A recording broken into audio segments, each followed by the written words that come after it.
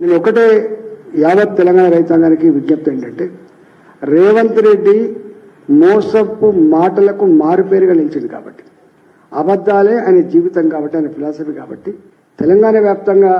ఎంతమందికైతే రుణమాఫీ రాక ఆగమవుతున్నారో వాళ్ళందరినీ కూడా రేపు ఇందిరా పార్క్ ధర్నాలో పాల్గొనవలసిందిగా నేను విజ్ఞప్తి చేస్తున్నాను. రేపు ఉదయం 11 గంటల నుంచి మొదలుపెట్టి ఎల్లుండి ఉదయం 11 గంటల వరకు ఉంటుంది కాబట్టి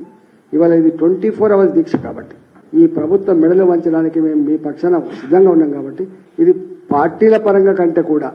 రైతుల కోసం చేస్తున్న దీక్ష కాబట్టి మీకోసం చేస్తున్న దీక్ష కాబట్టి మీ వేదన మీ దుఃఖం మీ అప్పుల ఊబి నుంచి బయటపడే దీక్ష కాబట్టి మీరు ఎవరి మాటలు నమ్మకుండా మీరు దీక్షలో పాల్గొందామని చెప్పి మీకు వినమ్రంగా విజ్ఞప్తి చేస్తున్నాను. నేను ఒకటే యావత్ తెలంగాణ రైతాంగానికి విజ్ఞప్తి ఏంటంటే రేవంత్ రెడ్డి మోసపు మాటలకు మారుపేరుగా నిలిచింది కాబట్టి అబద్ధాలే ఆయన జీవితం కాబట్టి ఆయన ఫిలాసఫీ కాబట్టి తెలంగాణ వ్యాప్తంగా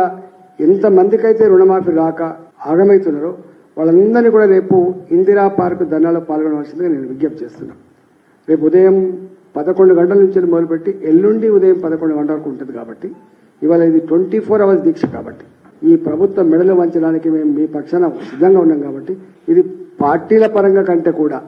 రైతుల కోసం చేస్తున్న దీక్ష కాబట్టి